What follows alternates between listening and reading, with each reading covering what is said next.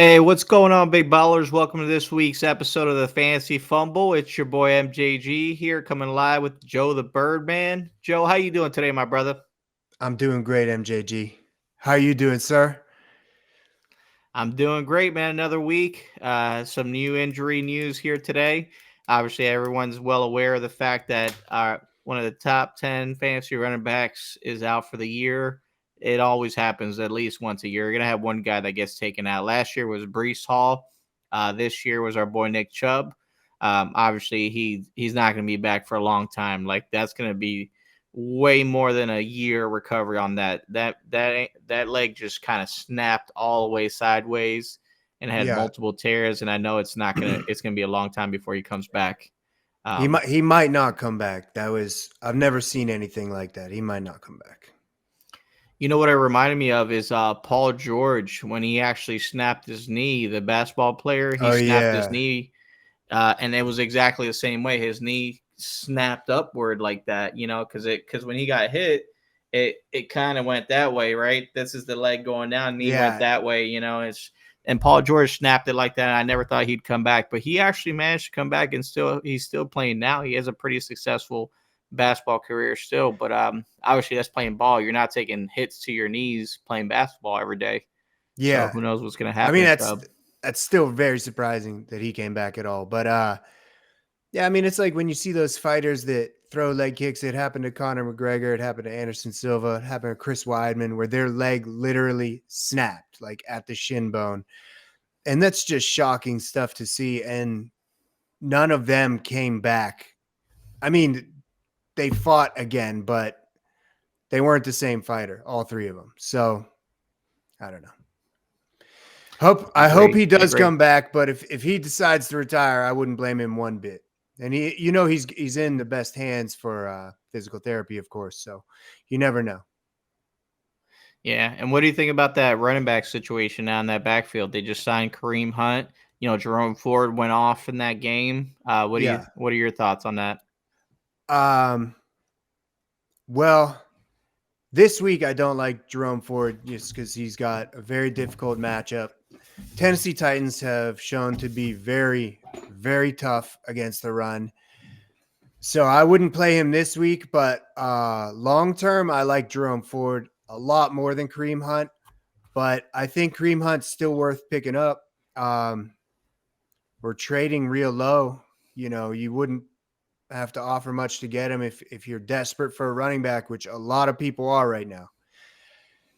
But I don't like either of them this week, obviously, and I don't know about Kareem Hunt as far as like a flex play every week, but I think um, I could be wrong. It's just last year he took a big step back from 2020, or from 2021. So I just don't know about Kareem Hunt, but long term for the rest of the season, I do like Jerome Ford, just not this week. Yeah, I agree. I think Kareem Hunt steps into the same exact role he did last year. So I know he was waiting out for an opportunity to play somewhere else, and he probably thought he was going to be the starter. And Jerome Ford definitely has a better upside. Kareem Hunt had one or two starts last year in the absence of Nick Chubb, and he didn't do anything with it. That's He's not true. really the player. I And played him and in at the end of the day, running both those backs, games, so I remember that well. yeah, and running backs just don't have the lifespan they used to, especially after wear and tear. So, I mean, there's people that I've seen all across the league. They're probably trying to sell high on Kareem Hunt right now or Jerome Ford, and you're right. That's just not a backfield I'm willing to touch. It's a committee now, and just not a committee I'm interested in myself. Yeah, I still think if you can get Jerome Hunt as a flex, you should be fine. Jerome Hunt. Yeah, if you can get Jerome Ford, if you can get Jerome Ford as a flex, I think that's a good play most weeks. But just because he's going to get the volume, uh, but yeah, Kareem Hunt. I don't know how old he is, but I think he's getting close to 30, and he's not the elite player he once was, but he could still have some good weeks here and there. I hear that. Any other stashes you like for the waiver wires this week, or is it obviously my leagues are pretty bare, I'm sure, but as far as like a nice stash play, who's someone that you like as a pickup this week here? I think given the running back situation for a lot of people, it's not a bad idea to stash Roshan Johnson. He might be getting some more time. It's tough to say what's going on with that whole offense, but um, he could be someone that slowly gets more time as the season goes on and proves to be a solid flex play towards the end of the season. So I would grab Roshan Johnson. Um, I I don't really think my biggest waiver pickup is someone I'll touch on right now, which is Kendre Miller for the New Orleans Saints. But that's a 1 week play because Kamara is coming back week 4. So as far as like anyone that you want to pick up, I don't really think there's anyone else off the top of my head that I can think of right now. Someone that I was thinking about. So apparently Chase Edmonds for the Buccaneers got injured this past week, and it's a pretty serious injury. So he's going to be out for a while. So, just like Kareem Hunt went back to his old team, we could be seeing Leonard Fournette, reunion over there in Tampa Bay. And it'll just be flipped. Last year, if you had both those guys, they were both flex, right? Fournette and Rashad White, they weren't averaging more than 12 points a game, 12 or 13. And sometimes one of them would have a big game, the other one would. But they were all pretty low ceiling, steady floors as far as plays. Really steady floor. And like you said, if you're desperate for running back, he's worth stashing. He might be over there next week or two. I saw something about his car burning down recently, like his car burning up, catching fire. So he might be needing a little bit of money. Yeah, I'm especially sure after that. It was a pretty nice vehicle. Yeah, well, I mean, he hasn't made that much money. He's only been in the league like 6 to 7 years, So that was before NIL. So otherwise, he would have been banking already. He wouldn't need to play anymore. What do you think about Cam Akers to Minnesota? Oh yeah, that's a big one. So Cam Akers, Minnesota. I was telling my buddy this. He was trying to sell high on Cam Akers. I mean, the guy is just cooked. Like, I mean, you could tell his play. Like, he's just I don't know what it is. He's very hot and cold, and I don't think he's going to be very happy in Minnesota because he's going to be the backup. Like, Madison's the better back of the two, and they're both unimpressive to me. I was not high on Madison. You're going to go in there and you're going to get, basically like a low ceiling, low floor. It's just, and Minnesota's going to go pass heavy. So I don't like them either. Well, I thought Madison was going to be a little better than he was. I didn't think he was going to be, some breakout running back this year, but I thought he was going to be playing better than he is. But I remember you weren't really high on him, and I kind of feel the same way. You're just looking at now 2 average running backs on an offense that loves to throw the ball. So, and what's funny is that if you look at all the offseason, all these big, fancy pages, right? They were all like all the ones we like, the ones that are out there, and they were all had Madison and Cam Akers ranked the same, and they were like, oh, these guys are going to be breakout players for this year. And I was like, I'm not for them. I was like, if you grab these guys, you got to handcuff them because to me they're a high liability because they probably won't produce. And sure enough, it's so funny that now you have them both on the same team because in my opinion, Minnesota would have probably been better off signing Fournette because Fournette, in my opinion, is more explosive than both those guys. Even out of shape, he's a better player than both those guys. He could catch the ball. He could run in between the tackles. And if you give him good enough blocking, which Tampa Bay didn't have last year, he could definitely get you that goal line touchdown that you need. So no doubt. I think they screwed up. No doubt. He's a freight train when he gets rolling. Welcome back, ballers. We're going to discuss our hot matchups of the week. And I'm going to go first this time, Manny, if that's all right with you. I'd like to talk about the Chargers versus the Vikings. You've got 2 very high-powered offenses and 2 really bad defenses, which means a lot of points. So I'm most excited for this game. Chargers have the worst pass defense in the NFL, and the Vikings have the best wide receiver in the NFL. And Jordan Addison has looked great too. And Hawkinson has been a monster.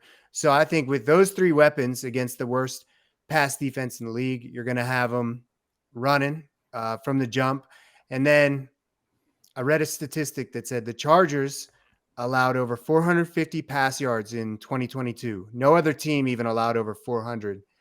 And the Vikings defense has been horrible for the last few years too.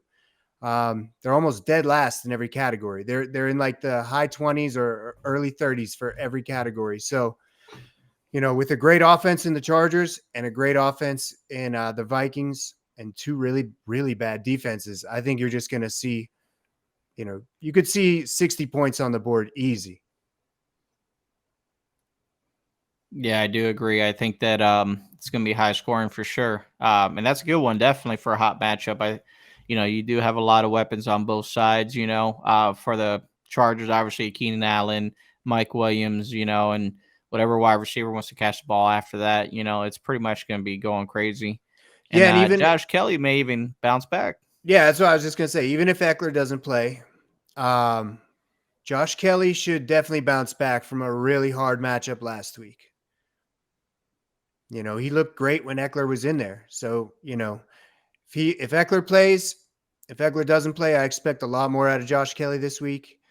We'll see. Maybe even Madison will have a nice game. I hope he does, just on a personal level. I hope he does because he's had a rough couple games, and it'd be great for fantasy purposes too. Just see a really high powered offense, really high scoring game.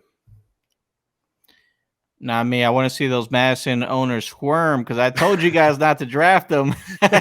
So, yeah, you're going to learn a lesson there, bud. But, yeah, it's a good one. Now, for my hot matchup, obviously I got the Broncos versus the Dolphins.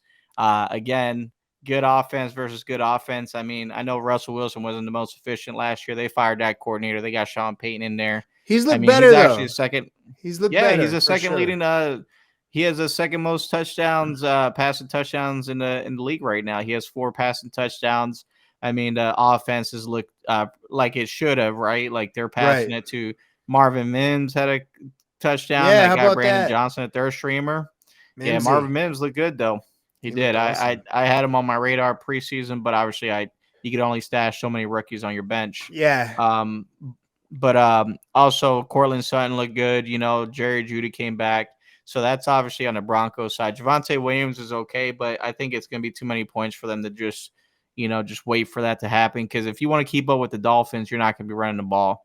And Dolphins with Tyreek Hill, Jalen Waddle, even Raheem Mostert got into touchdowns last year or last week. He had 2 touchdowns. So it's definitely going to be high-powered offense and defenses that are just pretty much just not really where they're supposed to be. Because Broncos should be elite.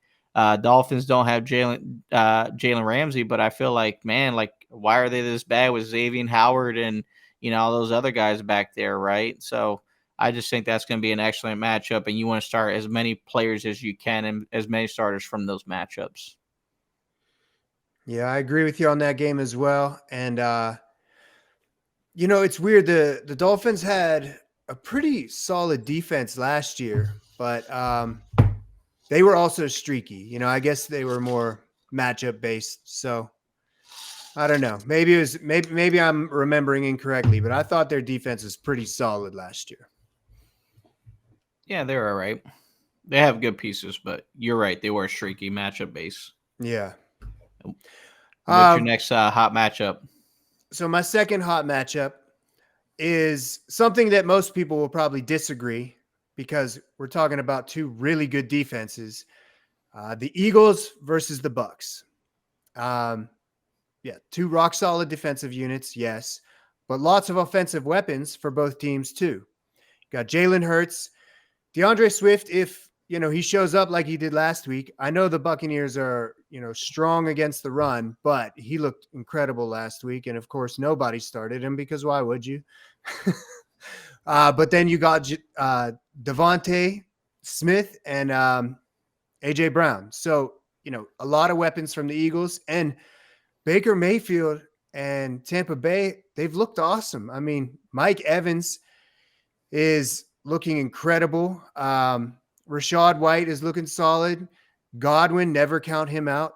So given those weapons and 2 quarterbacks that are playing well, Jalen Hurts obviously can run the ball too.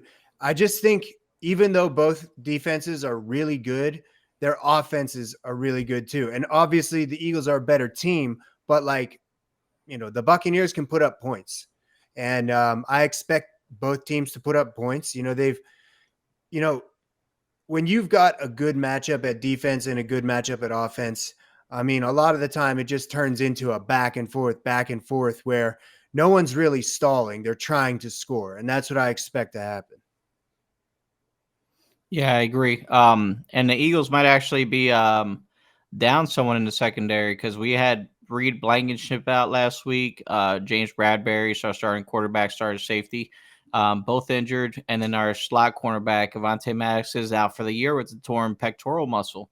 So there's going to be some adjustments. Hopefully, we play Eli Ricks. But I mean, I don't think it's enough to stop Mike Evans. He's been on a tear. He's on a contract year, right? Like he Yeah. wants to get paid. You can Right, tell he wants that people to see dude. he still has it. Yeah, that dude So is on they're a going to be mission feeding this year. him. I do think obviously the pass rush is going to get there for the Eagles, and they're going to force some things, right? But Bucks play calling can be good, right? They haven't come out with any rust. Again, they did play against the Vikings defense, which is horrible, and then the Bears defense even worse. And I know I some Bucks know. I've fans are thought like about that. already have Super Bowl hopes, and I'm wearing that this red to taunt them. Super Bowl for the Bucks, right? But it will be a high scoring game, I think. But ultimately, it's going to come down who could stop who could stop who. And I think at the end of the day, it's more likely that the Eagles defense is going to stop Baker Mayfield than Bucks defense can stop Jalen Hurts. Because in all reality, the only person that can stop Jalen Hurts is Jalen Hurts himself, barring any injuries to the O-line. So, and that's because we have the best O-line in the league. So that's why I think it will be a back and forth, but ultimately in the fourth quarter, Eagles should come out on top. Yeah, and Baker Mayfield has looked really good, but it will be a tough test for him. It's going to be much different than his first two games. So I'm anxious to see how he plays against a team like the Eagles, because if he does well, even if they don't win, if he looks good, that's going to set things in motion for the rest of the season. You're going to know that he's someone you can trust with your receivers. So if you got Mike Evans, you'll feel better. If Baker does really well, you'll feel better about starting Godwin. You'll feel better about starting Evans for the rest of the season. So it'll be a true test for him, no doubt. Oh yeah, and what? And Your of course, for second my matchup. hot matchup. Let me tell me about your second hot matchup. Yeah, for my second matchup, I have the Falcons versus the Lions. I know that's a surprising one there. But obviously the Falcons have come out pretty hot. They're 2-0 right now. They're keeping it on the ground. Lions were supposed to be better defensively, but they just lost CJ Gardner-Johnson for the season, torn pectoral muscle. It seems like everybody's tearing their pecs nowadays. Damn. So It's they're got to down be in the painful injury. secondary. Oh yeah, I bet. But and they haven't been able to stop anybody. So I think Falcons, they're not really a vertical attack team, but they're going to run the ball down your throat.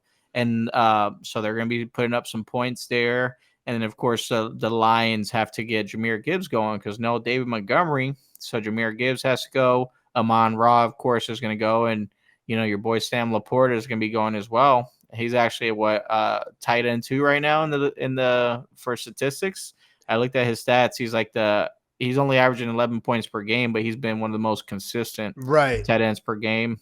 Mm-hmm. So I think at the end of the day, it's going to be a good game. It's not going to be a lot of defense, not a high scoring game, but I think if you have some of those star players from those teams, you're going to get a really good output from each of them. Yeah, and like you said, the Lions defense has not been good, and their offense has been good. So, with the Falcons, I'm not sure what to say about the Falcons other than their run game looks really good. Their pass game, Drake London looked good last week. Kyle Pitts is disappointing as always. Other than those two, and again, they're not really doing anything, but you can ignore their whole offense aside from their run game. But their run game, Bijan Robinson, Tyler Algier, and they're both splitting carries, but the difference was Algier didn't get in the end zone on week 2, and he got in the end zone twice on week 1. So they're still splitting carries the same, but that's their whole offense. So I'd be confident starting Algier this week just because I do think it's going to be a high scoring game. Falcons D might be a little bit better than the Lions D, but the Lions are still going to pass all over them. I guarantee it. Mm-hmm. What do you think about Reynolds? Is it Josh Reynolds? not wide Josh? receiver? Josh too, but Craig, is it Craig Reynolds? The running back. Yeah, the running back. What do you think about him filling in as like the David Montgomery role? Well, I don't think Craig Reynolds is a Dave Montgomery type of running back. He's more of a smaller guy, maybe in between the tackles. He'll get up in there, do the dirty work, but he reminds me more of a Boston Scott, right? Like he's an undersized guy, but he's powerful in between the tackles, and he's going to catch you off guard. But they actually ended up signing from their practice squad, practice squad, Zonovan Knight from the New York Jets. You remember last year when Breece Hall tore his ACL, Zonovan Knight was actually a stud. Yeah, he was running hard. Absolutely. Yeah, but he ended up not getting re-signed by the Jets. They ended up dropping him off the practice squad after preseason. God knows, I guess because they had 3 running backs, Michael Carter on there. Mm-hmm. So Lions signed him to a practice squad, and now he just got upgraded to the active roster. I honestly think that the Lions are probably going to run him in between the tackles. He's a big guy. He's powerful. He probably knows the offense a little bit, not much, but I mean, how hard is it to, block and run the gaps, right? Like, yeah, right. Running backs' lives are pretty easy for play calling. They don't really have to know too much outside of what gap you're hitting and who to block, where. So that's pretty much it. So I think he's more of a better stash. And when I mentioned Craig Reynolds, because I couldn't remember his first name, you brought up a good point though. Josh Reynolds too. That's another weapon. He's been great the first 2 games. So yeah, Amon-Ra is dealing with some kind of issue. They think it's turf toe. So even if if Amon-Ra is playing, obviously you play him, but that could give Josh Reynolds a few more targets. Yeah, so he's been solid, and just another weapon to go with that hot matchup of yours. It will be a high scoring game, I think. Oh yeah. And Amon-Ra did leave the fourth quarter with that turf toe too. Yeah. So it did cause him to leave. So hopefully, I have him in one league. Hopefully, it doesn't affect him too much. But yeah, and that's something to watch out for. Definitely.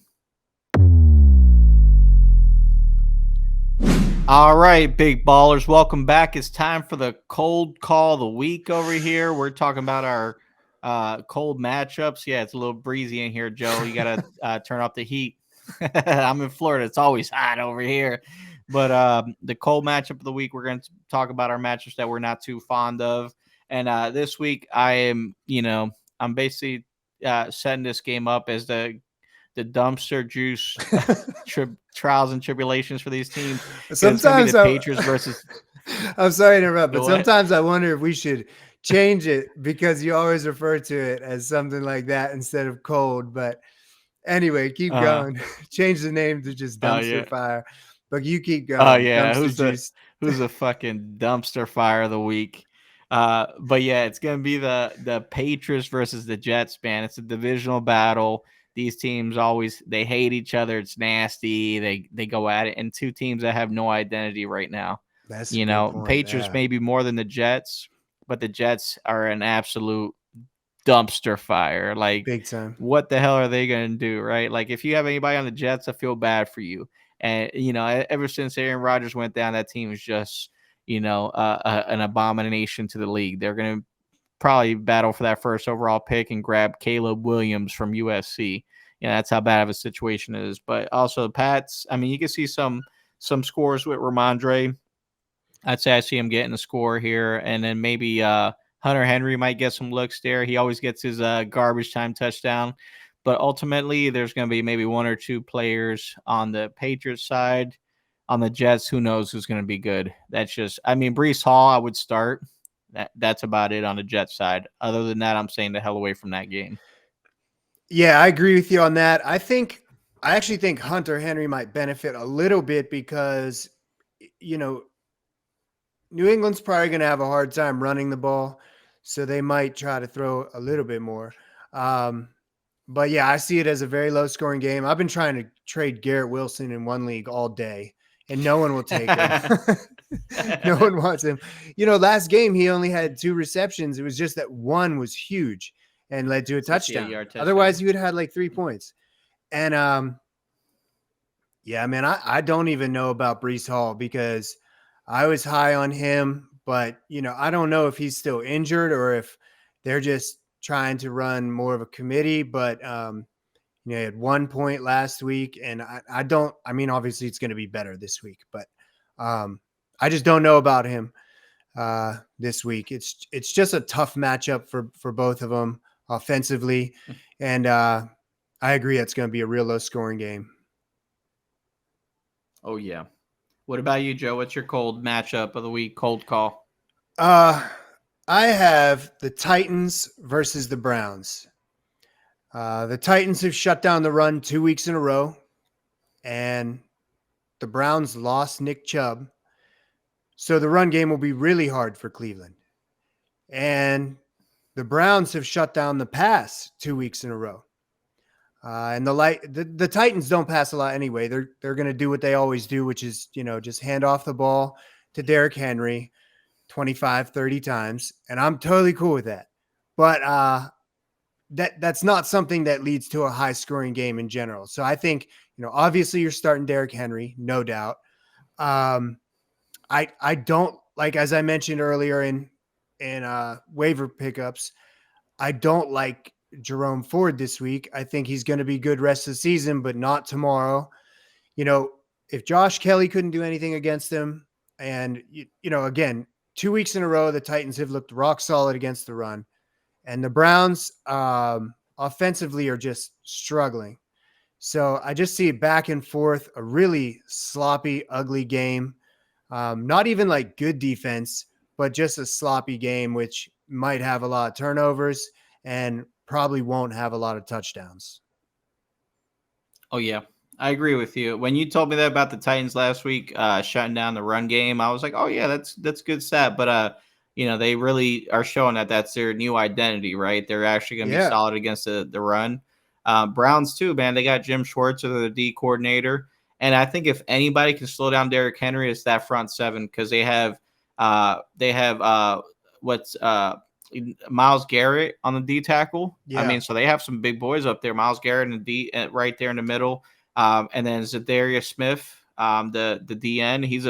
He's a monster too. So if anybody's going to get into the backfield, they're going to definitely try to get in front of Derrick Henry. And I could even, you could even see it be one of Derrick Henry's lowest scoring games of the season tomorrow, because they do roll slow. But yeah, definitely. And then also not to mention Deshaun Watson just looked horrible. And his composure, you could tell like he is just there's something up with him. He's rattled. Somebody I seen an article this week where or I heard a take this week from some sportscaster. They were talking about like Deshaun Watson is not used to being the heel of the league because so many players dislike him and people dislike him. That he's starting to really get bothered by it. Because remember those 2 face masks in a row? Yeah. Like they weren't accidental face masks. They were so blatantly obvious. It's crazy that he shoved a ref. He got so upset. Yeah, he shoved the ref too. Yeah. Like, so it's what like, the fuck was that?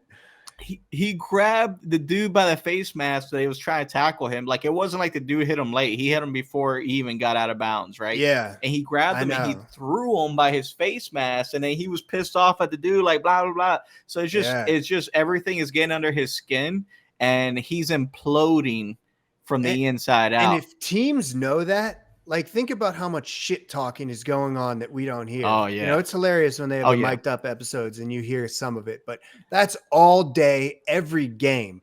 So if there's players that know that, they are going to be jawing all day at him, all day, all game. And I mean, I don't know.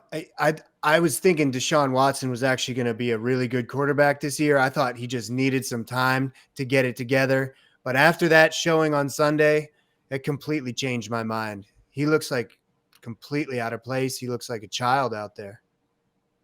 Bro, remember, I had him in my players I disliked. I said if you miss on, Trevor Lawrence, that tier is the next available quarterbacks are Deshaun Watson, Dak Prescott. I was like, I'm staying the hell away from those guys. Right. But I definitely I think it's only going to get worse. And as a matter of fact, my matchup I won this past week, I had uh uh Pickens going for Pittsburgh, and I was down I think like 20 points. He had my opponent had Deshaun Watson, and Pickens ended up getting like 24-25. I ended up winning by 2 points because Deshaun Watson was sacked like 4 or 5 times and he had like a pick or two.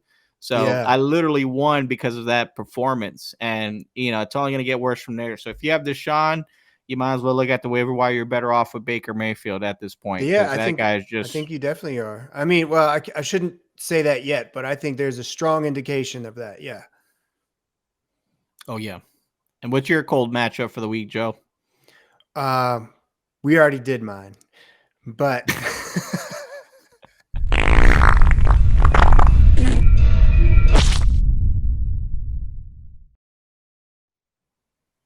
Welcome back, big ballers. It's time for your shitty call of the week. This is where we hold ourselves and each other accountable for the bad takes we had last week. We see too many fantasy footballers out there, people in general that just, don't stand by the word, or they forget about things they said or horrible takes that they made. And we want to make sure that we keep ourselves on record saying that we screwed that up. And so I want you to lead us here today, Joe. What was your shit call of the week last week? well, I think we kind of brushed on this earlier, but I said to play Josh Kelly over Kyron Williams. Now, that did surprise a lot of people, but wow, I couldn't have been more wrong.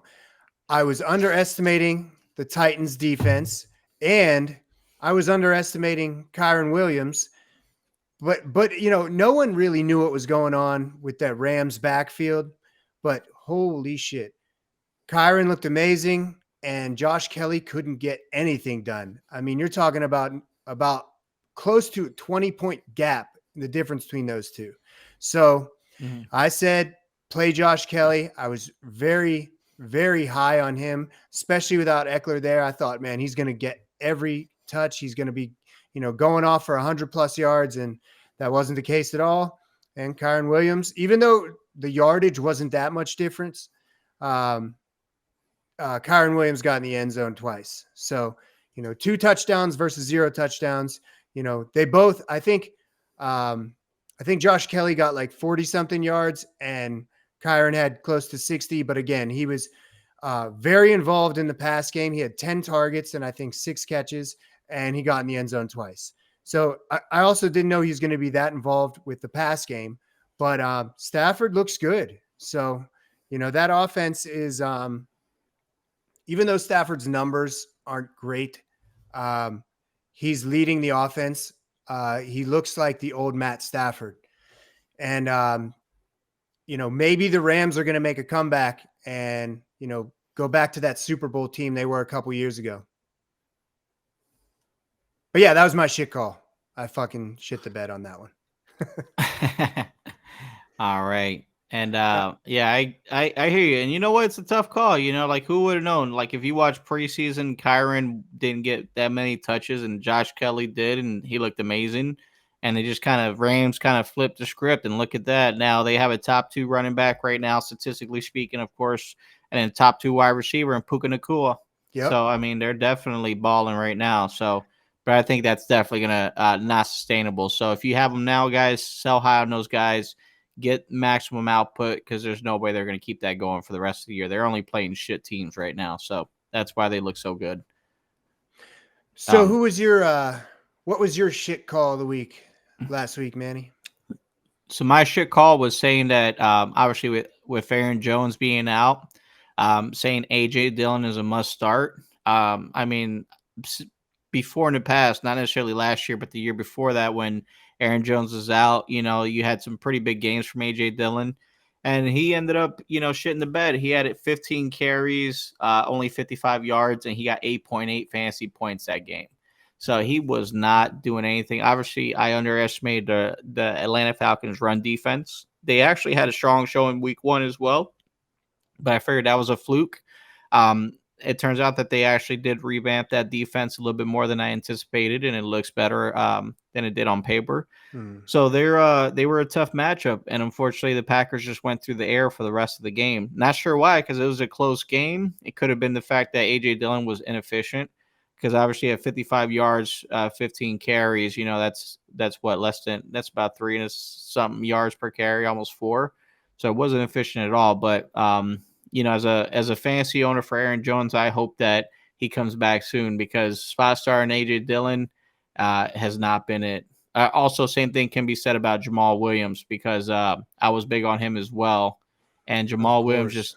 he got injured. You can't Yeah, but he didn't look stop good an before injury. he went down either. He So did. No, yeah, I was, he's inefficient. Yeah, you know how high I was on Jamal Williams, and dropped him in every league. So he's yeah. not. I'm contemplating. Yeah, he's not going to be someone that gets a lot of time when he's coming back from a hamstring injury and Kamara's in the lineup. So Yeah, I agree.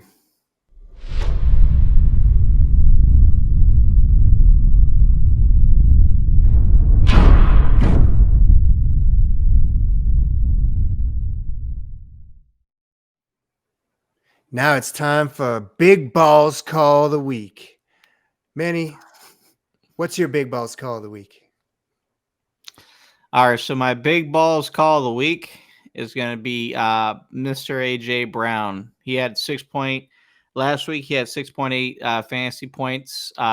He would have had a touchdown, obviously, but it was a PI and it didn't get called. We all saw that, That was bad. Yeah. So this week, going up against Tampa Bay, people are talking about Carlton Davis, and all those guys are going to shut him down. So I think this is going to be the AJ Brown coming out game, because I think that Tampa Bay's front seven is real good. They're going to slow down the run. So the way to beat them is going to be through the air. So you're going to be looking at a 10 reception, 150 yards, and 2 touchdown game for AJ Brown. So it's going to be his 30 to 40 banger that you see from him throughout the season, because he is one of those playmakers where you just got to give him the ball. And a lot of people are trying to buy low on him right now. And unfortunately, if they haven't got that trade in yet, that window is going to be closing after this weekend, because he's going to go right back to where he stood out. And obviously, Devontae Smith hasn't left yet. He's always been there. So I think that's going to be the A.J. Brown coming out game this weekend. What about you, Joe? What's your big balls call? Well, I was just going to say I do agree with you on that, because, I was trying to get AJ Brown in a lot of leagues. I think everyone is aware that he is still, without a doubt, a top 10 wide receiver, or possibly a top 5. Devonta, not taking anything away from Devonta Smith. He's awesome too, but we saw similar things. We saw similar patterns last year. There's going to be games where Devonta gets more. There's going to be games where AJ Brown gets more, but as a whole, AJ Brown's still the top wide receiver on the Eagles. So I think everyone is aware of that. But my big balls call of the week, I discussed earlier a waiver pickup that you might want to consider just short term, very short term, is why am I spacing on his name? Kendre Miller. But my big balls call of the week is, if Kendre Miller isn't involved in that New Orleans run game, it's going to be Taysom Hill. Now, we've seen this in the past where Taysom Hill will be playing because Kamara's out and he just lights it up. So my big balls call is that Taysom Hill will have over 15 fantasy points. Last week, when Jamal Williams went down, they leaned on Taysom Hill. He had 9 carries for 75 yards, and he almost made it in the end zone too.